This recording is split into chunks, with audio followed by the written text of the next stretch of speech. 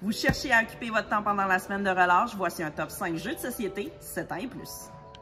Je commence en vous parlant de Unstable Unicorn pour enfants. Jeu 6 ans et plus, mais honnêtement, je vous le conseillerais à partir de 7 ans parce que ça prend des bons lecteurs pour lire les petites cartes. Unstable Unicorn pour enfants, il faut vraiment le voir comme un jeu d'initiation au jeu de stratégie pour les plus jeunes. Le but, c'est d'avoir 7 petites licornes dans notre écurie. Comment je vais y arriver? C'est que les cartes que je vais piger, je vais devoir les utiliser soigneusement pour ralentir les autres joueurs tout en remplissant mon écurie.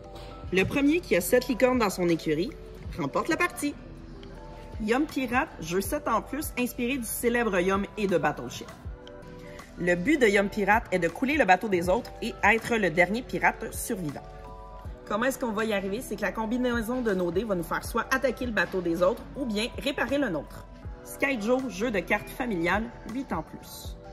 Dans Skyjo, ce qu'on doit faire, c'est être le premier à retourner toutes les cartes de notre deck et avoir le plus petit total possible.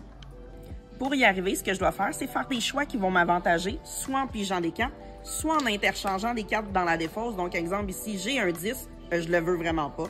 Je vais me mettre un -1. Jungle Speed, jeu de rapidité observation, 7 ans plus.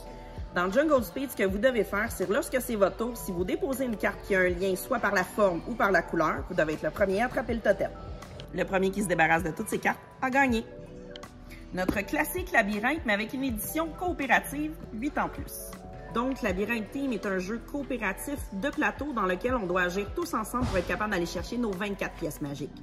À chacun de mes tours, ce que je dois faire, c'est, premièrement, tourner une page du grimoire de Dédalus et effectuer l'action. Donc, exemple ici, le joueur bleu et le joueur vert doivent retourner à la case rouge.